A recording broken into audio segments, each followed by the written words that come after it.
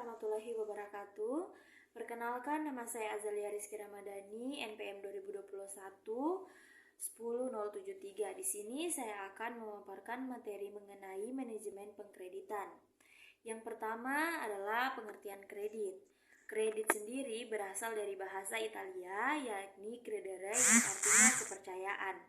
Prinsip pemberian kredit adalah kepercayaan dan kehati-hatian. Indikator kepercayaan dalam hal ini adalah moral, komersial, dan finansial agunan.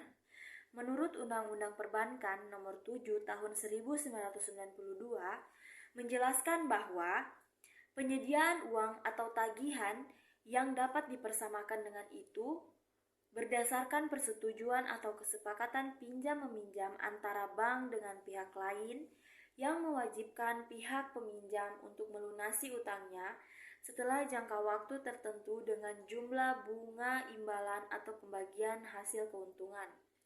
Kredit juga memiliki tujuan. Tujuan kredit antara lain yang pertama yaitu memperoleh pendapatan bank dari bunga kredit, yang kedua memanfaatkan dan memproduktifkan dana-dana yang ada, yang ketiga memenuhi permintaan kredit dari nasabah, yang keempat menambah modal kerja perusahaan, yang kelima meningkatkan pendapatan dan kesejahteraan masyarakat, yang keenam membantu pemerintah.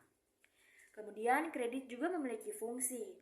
Fungsi kredit antara lain yang pertama meningkatkan daya guna uang, meningkatkan daya guna barang, meningkatkan peredaran dan lalu lintas uang, dan yang keempat sebagai salah satu alat stabilisasi ekonomi.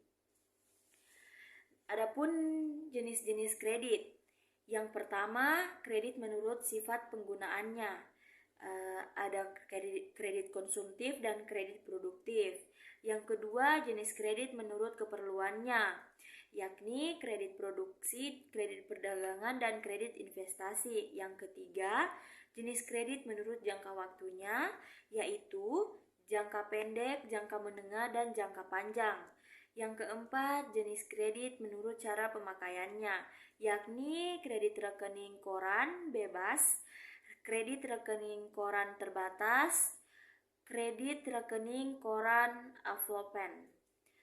Kelima, jenis kredit menurut jaminan, yakni kredit tanpa jaminan dan kredit dengan jaminan. Falsafah pengkreditan, yakni no one likes be in debt. Tidak seorang pun pada hakikatnya mau terlibat utang. Akan tetapi, mengapa justru demikian populernya kredit dan malahan orang-orang selalu berusaha untuk memperolehnya? Lebih jelasnya, kalian akan melihat siklus kredit pada bagan yang di sebelah ini. Sekian saja itu materi yang dapat saya sampaikan. Materi selanjutnya akan disampaikan oleh rekan saya. Terima kasih. Assalamualaikum warahmatullahi wabarakatuh. Perkenalkan, nama saya Sarmila. Di sini saya akan melanjutkan materi dari teman saya, Azalia Rizky Ramadhani, mengenai penentuan polisi perkreditan.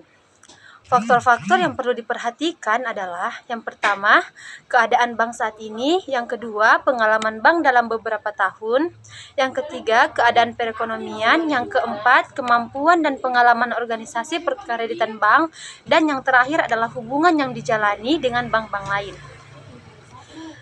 Organisasi kredit. Pengelolaan organisasi kredit dapat dilihat dari sistematika sebagai berikut. Yang pertama, perencanaan kredit. Yang kedua, permohonan kredit. Yang ketiga, administrasi kredit. Dan yang terakhir adalah pengawasan kredit. Selanjutnya, asas-asas perkreditan. Asas perkreditan ada antara lain asas kualitas, asas selektivitas, kuantitas, dan penyebaran risiko.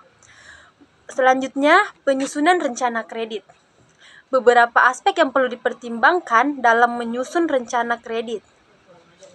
Pertama, kondisi perekonomian. Yang kedua, line of business. Yang ketiga, keadaan keuangan bank. Yang keempat, organisasi bank. Dan yang terakhir adalah skill dari pejabat-pejabat kredit bank.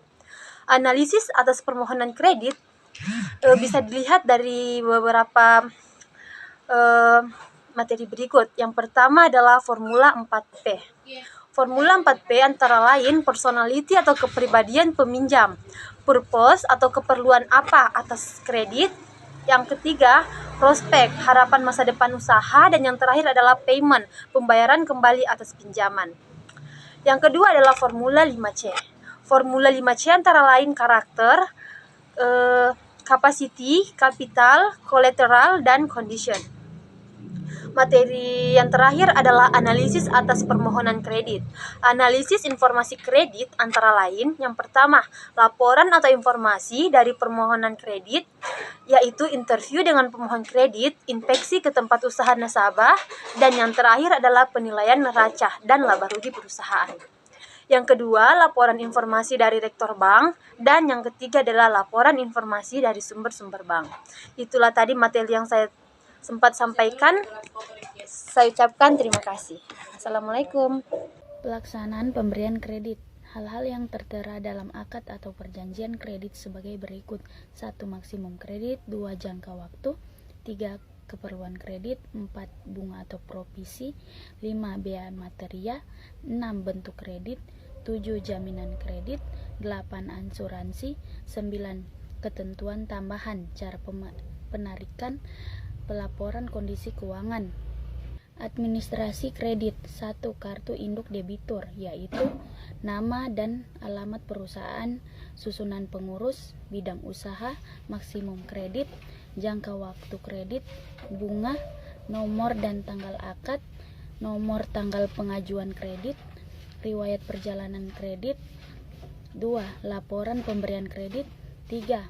Laporan realistis mutasi kredit. Pengamanan kredit. 1. Collectibility kredit, yaitu lancar, DPK, kurang lancar, diragukan, macet. 2. Sifat pengaman, yaitu preventif dan represif. 3. Pengawasan, aktif yaitu on the spot, pasif yaitu laporan keuangan.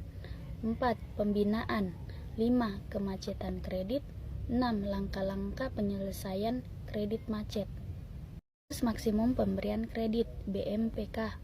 Batas maksimum pemberian kredit yang harus dipenuhi perbankan dikenal dengan L3, yaitu Legal Lending Limit. Kebijakan perbankan dalam memelihara kesehatannya terkait dengan BMPK, yakni Undang-Undang Nomor 7 1992 tentang perbankan dan disempurnakan kembali pada tanggal 29 Mei 1993. Aturannya sebagai berikut. 1. 20% dari modal sendiri bank untuk fasilitas kredit yang disediakan bagi satu debitur. 2. 20% dari modal sendiri bank untuk fasilitas kredit yang disediakan bagi suatu debitur grup. 3. 10% dari modal sendiri bank untuk fasilitas kredit bagi anggota dewan, komisaris yang bukan pemegang saham, atau perusahaan yang dimilikinya. 4. 10% dari modal sendiri bank untuk fasilitas kredit yang bagi anggota direksi yang bukan pemegang saham beserta grup perusahaan yang dimilikinya. 5. 10% dari jumlah penyertaan pada bank bagi pemegang saham atau perusahaan yang dimilikinya. 6. 10% dari penyertaan pada bank untuk fasilitas kredit bagi pemegang saham beserta grup perusahaan yang dimiliki oleh pemegang saham yang bersangkutan. Faktor penetapan kualitas kredit.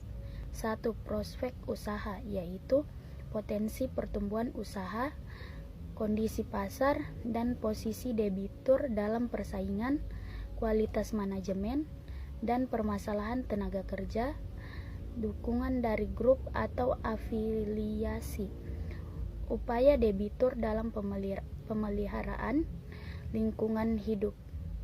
2. Kinerja debitur, yaitu perolehan laba, struktur permodalan, arus kas, dan sensitivitas terhadap resiko pasar. 3. Kemampuan membayar, yaitu ketetapan membayar pokok dan bunga, ketersediaan dan kekurangan informasi keuangan debitur, kelengkapan dokumentasi kredit, kepatuhan terhadap perjanjian kredit, kesesuaian penggunaan dana, kewajaran sumber pembayaran kewajiban. Berbagai peraturan dalam pemberian kredit. 1. Cash ratio atau reserve requirement atau legal liquidity. 2. Loan deposit ratio. 3. Pemenuhan kredit usaha kecil dan kredit ekspor, yaitu Undang-Undang Perbankan 1993 untuk bank umum BPR sekurang-kurang 20% dari jumlah kredit diberikan untuk KUK atau kredit usaha kecil. Kategori total aset maksimal senilai 1 miliar tidak termasuk rumah dan tanah. Maksimum kredit yang diberikan senilai 350 juta dan disediakan untuk usaha produktif dan KPR tipe 70 ke bawah. 4. Pembentukan dana cadangan, yaitu besarnya dana cadangan yang dibentuk oleh setiap bank adalah 0,5% dari aktiva lancar ditambah dengan 25%, dari aktiva DPK 30%, dari aktiva kurang lancar 75%, dari aktiva yang diragukan 100%, dari aktiva macet. 5. Capital adequacy ratio, rasio kecukupan modal 8%. 6. Legal lending limit,